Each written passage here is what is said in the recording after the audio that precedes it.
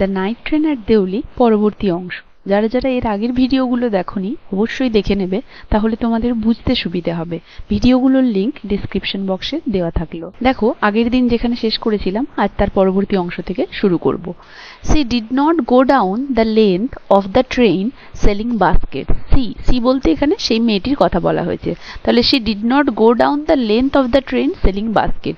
সে কিন্তু length of the train মানে ট্রেনটার দৈর্ঘ্য বরাবর যায়নি সেলিং বাস্কেট ঝুড়ি বিক্রি করতে, বাট কিন্তু কেম স্ট্রেইট সোজা এসেছিল টু দ্য টি স্টল সেই চায়ের দোকানের দিকে।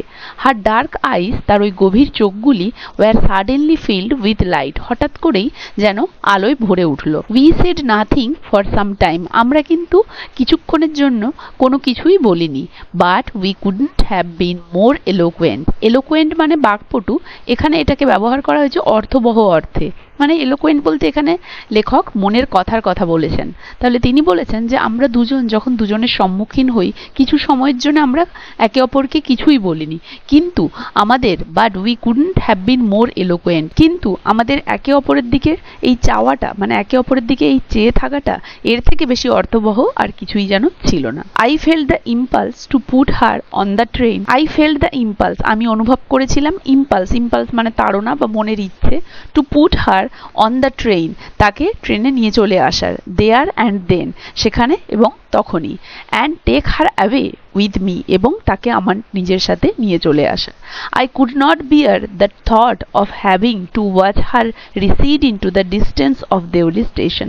আই কুড নট বিয়ার আমি সহ্য করতে পারতাম না, দ্য থট এই চিন্তা ভাবনাটা, অফ হ্যাভিং টু ওয়াচ হার তাকে দেখা, রিসিড ইন্টু মানে হচ্ছে পেছনে ফেলে রেখে চলে আসা, the distance of Deoli station Deoli স্টেশনের ওই দূরত্বে। তার মানে এখানে ন্যারেটর কি বলতে চেয়েছেন, যে তিনি বলতে চেয়েছেন তাকে দেখার মানে সে যে ওই যে দেউলি স্টেশনে দাঁড়িয়ে থাকবে এবং আমি যে তাকে পেছনে ফেলে রেখে চলে আসবো এটা দেখার চিন্তা ভাবনা আমি সহ্য করতে পারলাম না। I took the basket from her hand আমি তার হাত থেকে ঝুড়িগুলো নিয়ে নিলাম, অ্যান্ড পুট দেম ডাউন এবং সেগুলোকে নিচে রেখে দিলাম, অন দ্য গ্রাউন্ড মাটির ওপরে। She put out her hand for one of them সে তার হাতটা বাড়ালো ওগুলোর মধ্যে থেকে মানে ওই ঝুড়িগুলোর মধ্যে থেকে একটা নেওয়ার জন্য, বাট কিন্তু আই কট হার হ্যান্ড আমি তার হাতটা ধরে রেখেছিলাম, অ্যান্ড হেল্ড ইট এবং এটা ধরেই রেখেছিলাম। I have to go to Delhi I said আমি তার হাতটা ভালো করে ধরে রেখে বললাম আমাকে দিল্লি যেতে হবে। হ্যাভ টু বলতে প্রেজেন্টের কোনো বাধ্যবাধকতামূলক কাজ বলতে বোঝানো হয়। তাহলে I have to go to Delhi I said, I বলতে ন্যারেটর, তাহলে ন্যারেটর তাকে তার হাতটা ধরে রেখে বলল আমাকে দিল্লি যেতেই হবে। শি নোডেড সে মাথা নাড়ল। I do not have to go anywhere আমাকে কোথাও যেতে হবে না। তাহলে সে তার মাথা নাড়িয়ে বলল আমাকে কোথাও যেতে হবে না। The guard blew his whistle for the train সেই সময় গার্ড কি করলো ট্রেনের জন্য তার বাঁশিটি বাজিয়ে দিল, টু লিভ ট্রেনটা ছাড়বে বলে সেই সময়। And how I hated the guard for doing that এবং আমি তখন যেন সেখানে বসে গার্ড যে ওই যে ট্রেন ছেড়ে দেওয়ার জন্য বাঁশিটি বাজিয়েছিল সেটির জন্য আমার যেন গার্ডের উপরে ভীষণ রাগ হলো, আমি তাকে ঘৃণা করতে শুরু করেছিলাম। I will come again I said আমি বললাম আমি কিন্তু আবার আসবো। উইল ইউ বি হেয়ার তুমি কি এখানেই থাকবে? মানে ন্যারেটর মেয়েটিকে তখন বলল আমি কিন্তু আজ যাচ্ছি, ঠিক আছে আমি আবার আসবো, তুমি তখন এখানে থাকবে তো, এটি তাকে প্রশ্ন করেছিল। শি নোডেড এগেইন সে আবার মাথা নাড়লো, মানে এখানে সম্মতি সূচক অর্থে মানে হ্যাঁ বোঝাচ্ছে সে, তাই নোডেড বোঝানো হয়েছে। শি নোডেড এগেইন মানে সে আবার সম্মতি জানালো। And as she nodded the bell clanked and the train slid forward এবং যখন সে মাথা নাড়ালো সেই সময় বেলটি বেজে উঠলো এবং ট্রেনটি স্লিড ফরওয়ার্ড মানে সামনের দিকে এগিয়ে যাওয়া, মানে ট্রেনটি সামনের দিকে এগিয়ে গেল। I had to wrench my hand away from the girl and run for the moving train. I had to wrench my hand I had to বলতে উই হ্যাভ টুর past form. I had to wrench my hand wrench অর্থে এখানে সরিয়ে নেওয়া, তাহলে আমাকে সরিয়ে নিতে হয়েছিল আমার হাতটি অ্যাওয়ে ফ্রম দ্য গার্ল মেয়েটির হাত থেকে, and run for the moving train এবং ওই চলন্ত ট্রেনের জন্য ছুটে যেতে হয়েছিল।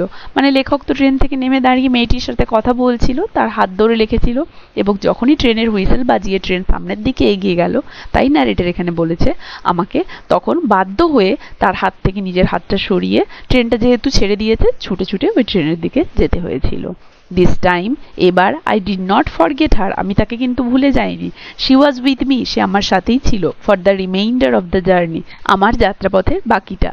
অ্যান্ড ফর লং আফটার, এবং তারপরেও অনেক সময় ধরে।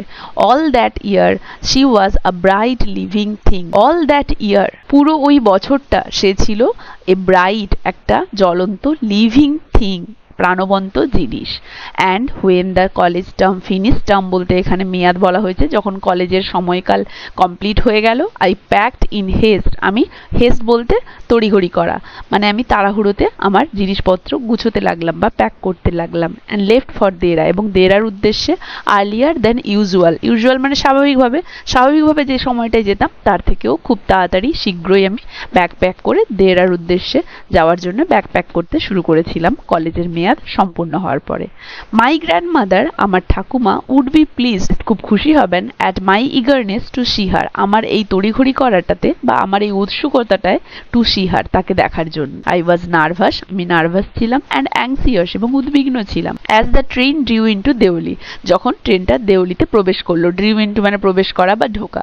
বিকজ, কারণ, আই ওয়াজ ওয়ান্ডারিং, আমি আশ্চর্য হয়ে ভাবছিলাম, what I should say to the girl, আমার কি বলা উচিত মেয়েটিকে, and what I should do, এবং আমার কি করা উচিত। আই ওয়াজ ডিটারমাইন্ড, আমি খুব দৃঢ়প্রতিজ্ঞ বা নিশ্চিত ছিলাম, দ্যাট যে আই উডন্ট স্ট্যান্ড হেল্পলেসলি বিফোর হার, আমি তার সামনে হেল্পলেসলি, অসহায়ের মতো দাঁড়িয়ে থাকবো না। Hardly able to speak or do anything about my feelings, এবং আর কি করবো না, হার্ডলি এবল, হার্ডলি মানে প্রায় না এর সমান, হার্ডলি এবল টু স্পিক মানে কিছুই বলবো না, এমনভাবে দাঁড়িয়ে থাকবো না। And do anything about my feelings, এবং আমার অনুভূতি সম্পর্কে কিছুই বলবো না বা করবো না, এমনটা করবো না। মানে ন্যারেটর এখানে বোঝাতে চাইছেন যে ট্রেনটি ঢোকার আগে তিনি আশ্চর্য হয়ে ভাবছিলেন যে মেয়েটিকে কি বলা উচিত বা কি করা উচিত, এবং তিনি এটাও ভাবছিলেন যে এবারে আর যাই হোক অসহায়ের মতো তার সামনে দাঁড়িয়ে থাকবো না, বা মনের কোনো কথা যে তাকে বলবো না, এরকম আমি কোনো কিছুই করব না। আজ তাহলে এতদূর পর্যন্ত, আশা করি সবাই বুঝতে পেরেছো। এতদূর পর্যন্ত কারো কোথাও বুঝতে অসুবিধে নেই। ভিডিওটা ভালো লাগলে লাইক আর শেয়ার করে দেবে। যারা যারা চ্যানেলটা সাবস্ক্রাইব করনি, কাইন্ডলি আমার চ্যানেলটা সাবস্ক্রাইব করে দেবে। এর পরবর্তী অংশ থেকে থাকছে পরের ভিডিওতে।